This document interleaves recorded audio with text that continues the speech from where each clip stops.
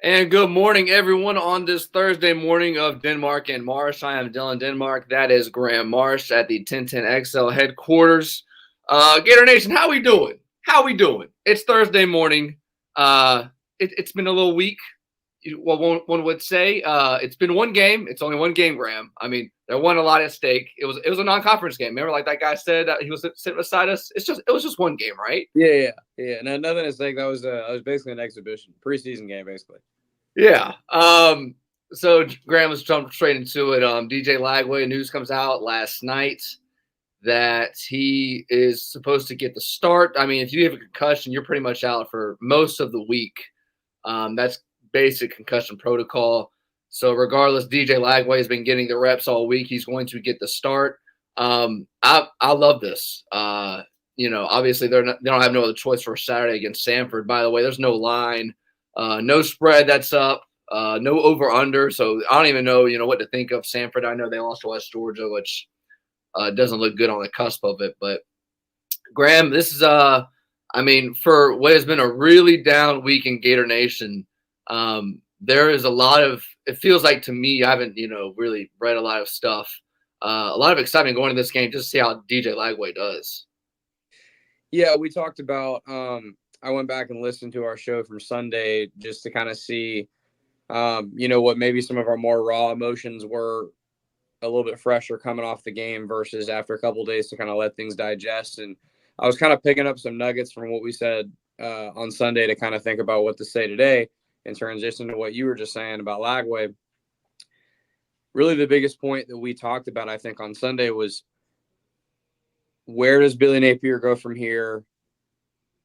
What world, if there is one, is the one where Napier can somehow get through all of this criticism, all of this doubt, and somehow make it out on the other side and restore hope within the fan base?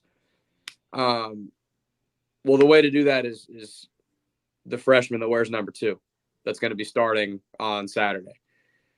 I think most Gator fans agree at this point. I saw Andy Staples on Twitter tweet about this, who obviously knows a thing or two about this program.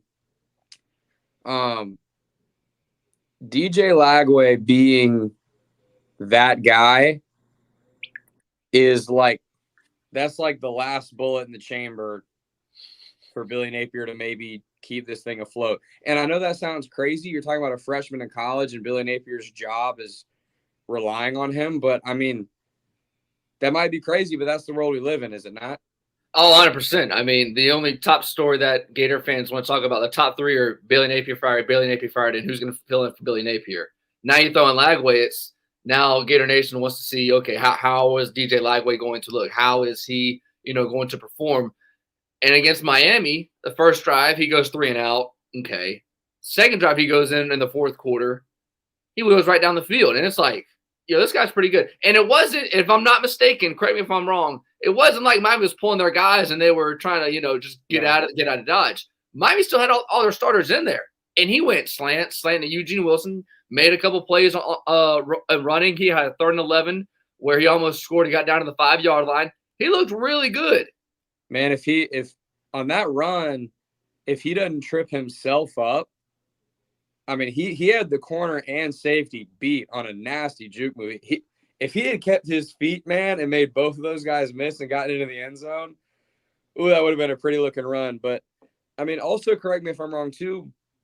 It didn't seem like they were moving the ball because of, kind of some boring plays they were putting in that Miami maybe just wasn't prepared for because they had prepared for Mertz and this was late in the game. They hadn't studied for it. Like, Lagway was making plays. He was making throws. Like, the 2 slants to Eugene Wilson were as perfect as you can throw them.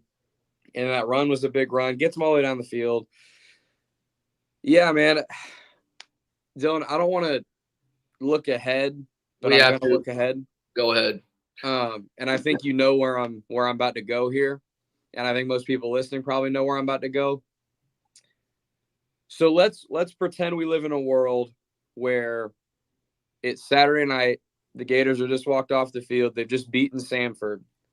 And DJ Lagway, was 75+% completion percentage through 3 touchdown passes in the first half.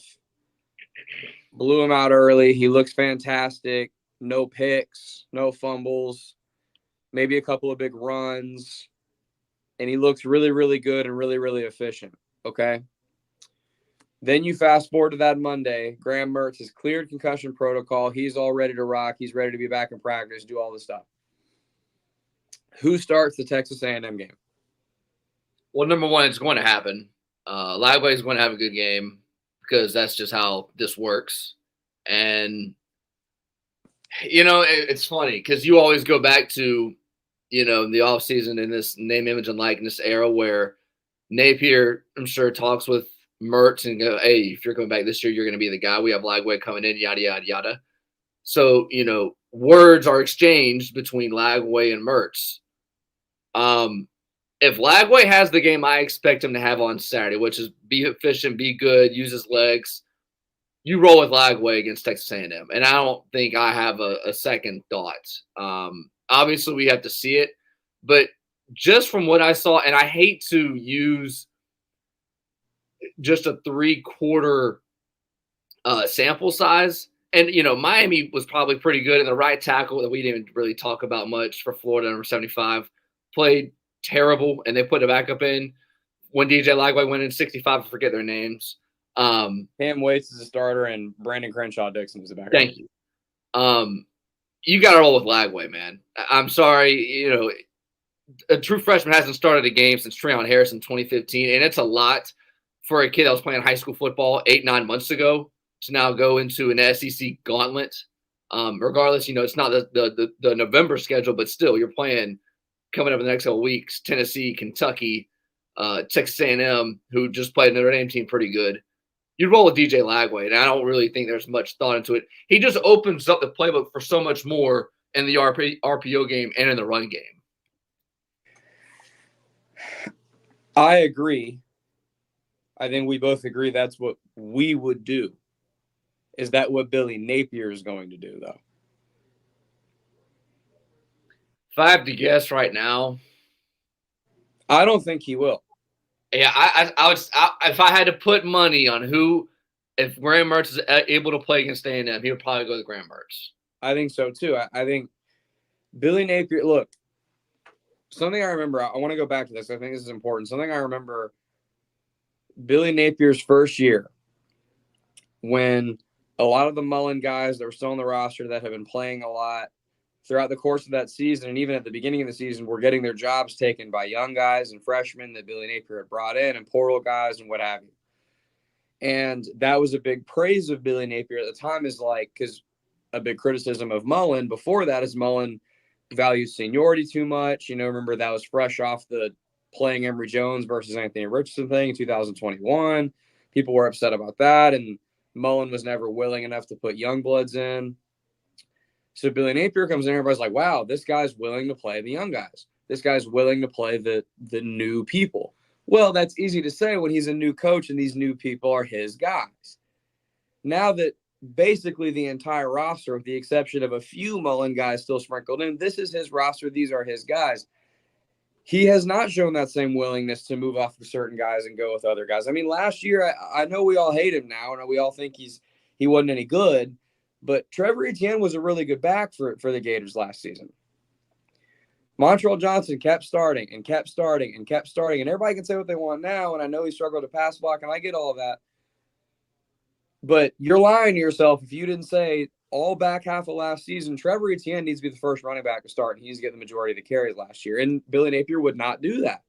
Montrell Johnson was with him at Louisiana. He was kind of his guy. He's a little bit older than Etienne. And the pass blocking thing that does matter. It does come into play. But all that to say, Graham Mertz is his guy, man. This is the guy that he went in and identified him in the portal last year and said, this is the guy I want running my offense. And Mertz was pretty good last year. He wasn't amazing, but he was efficient. He got the job done. He ran the offense to what Billy Napier wanted. And DJ Lagway is also his guy, so that helps. But I think that all of us in the fan base and the media, we've all already jumped to the conclusion that DJ Lagway is his only hope. And that is true. But the last person to realize that is going to be Billy Napier. This is how coaches operate. He's going to wait until the last possible second to hand over the keys to Lagway and say, this is your offense, even if Mertz is healthy. Right now, this week, he's got the easy excuse because Mertz is in concussion protocol. I don't think that's what's going to happen next week. I just don't. I would start Lagway, but I don't think that's what's going to happen. Remember 3 years ago, whenever it was going between Emory Jones and Anthony Richardson and Dan Mullen, whenever Florida, I remember when Florida played South Florida before Anthony Richardson ripped that long run before he got pulled his hammy. He made a couple plays with his feet and went like 20 yards, skips the pocket. And Dan Mullen's like, yeah, I was going to play, but he was supposed to do this read right here. He was supposed to make this check or whatever it was. DJ Lagway, if he plays and he continues on, he's going to make these freshman mistakes. It's going to happen. That's the game that Billy Napier has to play these next couple of weeks. You know, regardless if you're playing for your job or not, the bottom line is you're trying to win a game every week. So this week, Samford, whatever. Then you go to A&M, and then you move on for the rest of your schedule. The question for Napier is, am I going to rely on a freshman that I know is probably going to make those mistakes? Some of the mistakes might end up in a good result, you know, him not knowing what to do and then still find a way to get positive yards. And then some of those mistakes could be catastrophic. A 15-yard sack, a strip sack, you know, that goes the other way for a touchdown. When you know that, you know, Graham Mertz doesn't make those mistakes because he's been in college for so long and, you know, he's been in the program for, you know, over a year now. So that's where I think Napier goes. But, you know, DJ Lagway, man, I mean, I just hate to keep going back to this. I mean, what he did against Miami, and Jesse Palmer brought this up in the broadcast when I went back and watched the Sunday. He's like, the offense looks a little different. Like the vibe of the offense looked a little different when he went onto the field. It's the most like casual way to say that a quarterback looks really good, but it was the truth that just coming off his hand, it had that extra little pop, that extra little spark. It looked a little more natural. And also when the play broke down, to your point, I had that little bit of extra confidence that he might just pull something out of his ass and figure it out. Whereas, look, I like Mertz. I think he had a great year last year. I think he's incredibly efficient. I don't know, especially with looking at the right side of that offensive line, man. And by the way, until I see something different, I was really, really, really underwhelmed with all of the pass catchers not named Trey Wilson on Saturday, too, by the way. If the talent around you is going to look that subpar, I don't know if they are. They might turn out to look better. But if the talent around you between offensive line and pass catchers looks that subpar, then you better have somebody special at the quarterback position. And Graham Mertz is very efficient, but he ain't special like that. DJ Lagway is. I know Graham Mertz was a 5-star coming out of high school, 25 years ago when he went to Wisconsin. But, like, that ship has sailed. We know who he is as a QB now. Lagway, that ceiling is much higher. And, look, I know I just got done saying that Billy Napier is going to be the last person to figure this out. He's going to be the last person to put in Lagway as a desperation thing. I'm worried that we might run into an Anthony Richardson 2021 situation where it's like all these games where he can be gaining experience, getting better, being the starter, taking the ceiling higher with the offense, we're going to miss out on. And then all of a sudden they're going to play Georgia and Jacksonville, and Billy Napier's going to be like, all right, Lagway, here you go. I'm worried that's going to happen. I'm worried. Yeah. And maybe it's not Georgia. Maybe it's Maybe it's UCF. Maybe it's UCF because you got a bye week before UCF. Yeah. So I'm worried that type of thing might happen. At the same time, I know Billy Napier, thinks that we're all just idiots in Central Florida that live in basements that don't exist. But he's not stupid, man. Like he has to know at some point. Right now, I think he believes in his mind they're gonna murder Samford. And they're going to beat A&M, and all is going to be right with the world. They're going to be back on track to what they were preseason, which might happen. That might be true.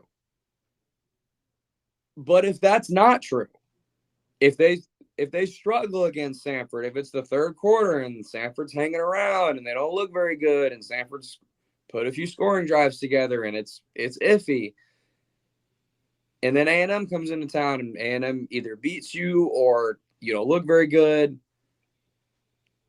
He's going to have no choice at some point but to put the young guy in. The pressure is going to be too great. Just like a few weeks probably after that, no matter what Scott Strickland says to the media, no matter what Scott Strickland has said to Billy Napier behind closed doors, I don't care. At some point, that pressure is going to mount too much, and Billy Napier is not going to be the coach if things keep looking the way they are right now.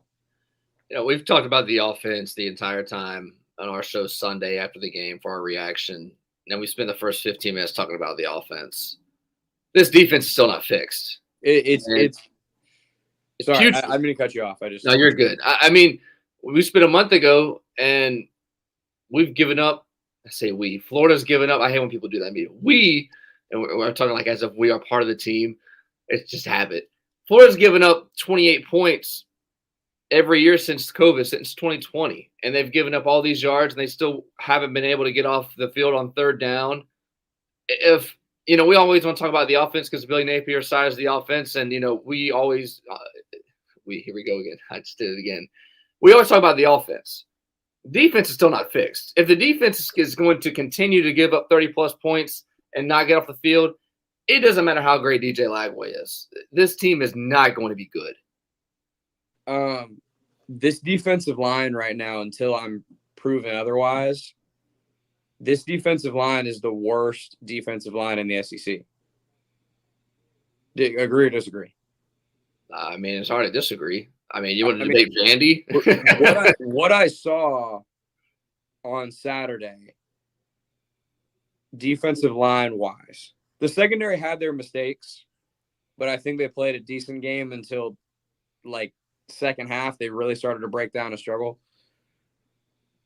The defensive line on Saturday showed probably the most piss-poor performance I've ever seen out of a defensive line for the Gators. Well, and it wasn't it was unbelievable the amount of time Cam Ward. Unbelievable. I don't care if you're only rushing 4. At some point, you got to beat the guy in front of you, man. I mean, football, the way football is set up is not for 5 offensive linemen to be able to just block 4 guys for the eternity of time. They're still blocking them, dude. If you go down to the swamp right now, they're still getting blocked. Miami's offensive line is still down there blocking them, dude. It was unbelievable. The thing was, for me, was the amount of time he had to throw. He had 4.5, 5 seconds to throw every time, and he still could have had another 3 or 4 seconds after he threw the ball. I mean, every time he threw the ball, there was nobody in his face. There was nobody surrounding him. There was nobody trying to get him to escape the pocket. That was really alarming Saturday. Well, and even in the times that he would escape the pocket, it wasn't like he was working that hard to escape it either, right? I mean, he'd do the cardinal sin as a quarterback, turn his back to the pass rush, but it didn't matter because nobody was getting home. And then he'd roll out to the left or right or what have you, and then have a new 5 seconds. It wasn't like right when he tried to escape, somebody was hot on his tail and he had to keep running and keep rolling and try to figure something out. One of the only times that happened, he gave it right to Shamar James in Florida's half of the field. I mean, Cam Ward played a phenomenal game. Right now, he's probably the Heisman favorite. Okay, it's only week 1, but he played fantastic. I'm not taking anything away from his performance, but oh my goodness, it was unbelievable. Because I mean, look, we're talking about putting Lagway in, and we talked a little about the scheme on offense and a little bit about the issues on defense and what have you. Man, you know this, you're a coach. Football, when it comes down to it at the end of the day, is pretty simple, man. It's blocking and tackling. Is it not? Yes, and it's my Jimmys and Joes, and it's all about those matchups. Look, man, if I had to boil it down, if you said boil down the Florida-Miami game in one sentence, other than Florida bad, Miami good, Florida's defensive line got blocked. Florida's offensive line didn't block. That's simple. It's pretty easy, man. What? I mean, we're talking about other stuff, and I know Lagway coming into play and the pass catchers and the play calling and all that. But look, man, if the right side of Florida's offensive line is going to get cooked that badly the rest of the year and their defensive line is going to get that little of a push, I mean, every Gator fan in the country may as well just stop watching because they ain't winning any games, man. They ain't winning any games of consequence. They're going to probably win this Saturday, and then that might be it for the rest of the year if the two lines of scrimmage look like that. Yeah, people keep talking about the secondary. There is not a single secondary that could have covered for as long as they could have Saturday and looked good. You could have had Deion Sanders and Revis Island at corner and put a Ned Reed at safety, and it still wouldn't have mattered because eventually, at some point, your receivers are going to get open with that kind of pass rush you get. I mean, defensively, I don't know what kind of changes he make. I mean, Shamar James looked good. Grayson Howard made a couple big plays. But then again, we had the same issue last year with getting off the field on third down. You have a stupid on the first drive, go right down the field. Miami did. And then it gets third down, incomplete pass, roughing the passer, extend the drive. They end up getting a touchdown. It comes back and bites you in the rear end. And then there was another personal foul that happened later in the game. I can't remember what happened. It was another roughing the passer. What at what point in the game was that? Was the second quarter? I think second quarter, yeah. Because they were coming toward our end zone where we were. Yep. Yeah, I mean, if you continue to make those mistakes, and people, you want to talk about coaching and, your coaches getting on the players, at some point, it's the player that's on the field that makes that dumb mistake. And it's the player that knows not to do that. I mean, the ball is thrown, you're 4 yards away from him, let up. I'm sorry, that's how football is now. This isn't the 90s anymore where you can put your helmet, the crown of your helmet to his chin, and take him out. I don't disagree with you that each isolated incident is on the player. But, I mean, I don't think it's a coincidence that a Billy Napier-led football team was doing it and a Mario Cristobal-led team was not. Right? That's true. Mean, it was clear because it showed up not just in personal fouls, but just in the way the game was played. It was clear one team was disciplined and another was not. Right? So I agree with you that each isolated incident is on the player, but who's holding that player accountable? Who's going to yank their ass out of the game if they keep making the same mistake and putting somebody else in that's not going to do it? Like, at some point, it falls on the coaches to actually hold them accountable for that. And look, man, there's far too many things that are happening right now on the football field that just all come back to the head guy. And I don't disagree with you that these things fall on the players. And I think as fan bases, as media, not everybody probably holds players accountable enough and holds coaches more accountable on things. But the collection of mistakes that add up over time, dating back to last year and the year before, and now it's continuing into year 3, the one constant is the head guy. And if he can't fix it, then eventually they're going to find somebody else who they hope can. No, I agree with you there. So I don't know, Graham. That's pretty much all I got, with my thoughts of starting Lagway, the defense. We're still not as emotional as we were Saturday. But I'm still not feeling, I'm pretty much like every other fan right now, not feeling very optimistic about the rest of the season. Feeling, I don't know how long how long Napier is going to last. My thoughts haven't changed there from that standpoint, which is only September 5th. Can I, real quick, I want to dive into Lagway a little bit deeper before we sign off here. All right. I got not really an X's and O's question, but just kind of a general offensive scheme question right now.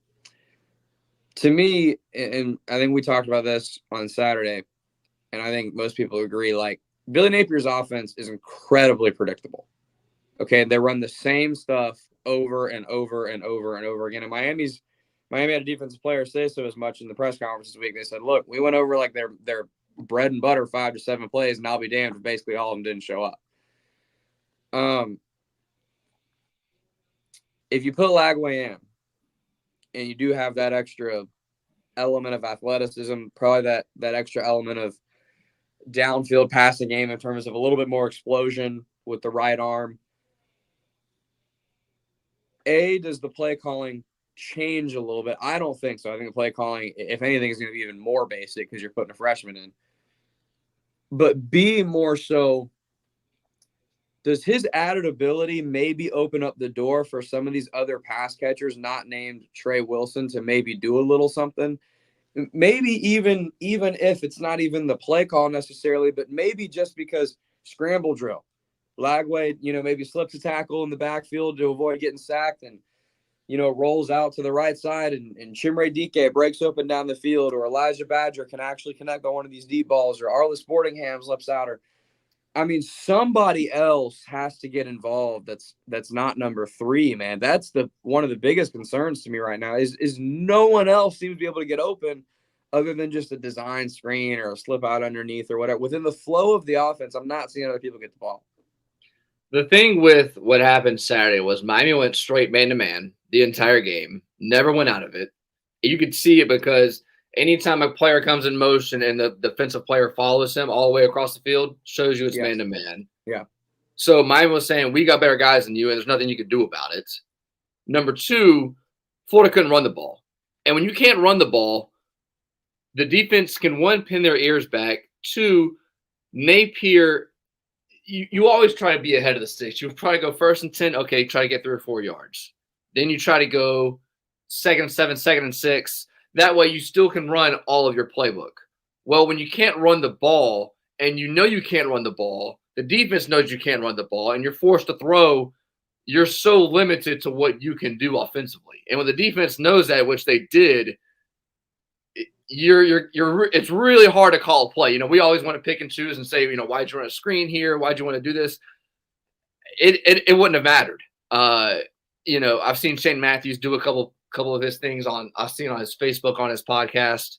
He was talking about throwing a seam ball, and you want to throw it at most 18 to 22 yards, or on the hot routes. The running back shouldn't go upfield and then go flat. One guy's uncovered, it was cover 0. You go straight flat. When Mertz wants to get it out, you throw it to the flat immediately. So there's a couple of things, but I don't know how many teams moving forward are going to run that man-to-man. And then number 2, if Florida can't run the ball, none of this matters. This conversation does not matter. You can just chalk this up. Billy Napier's fired in October, and November's whatever.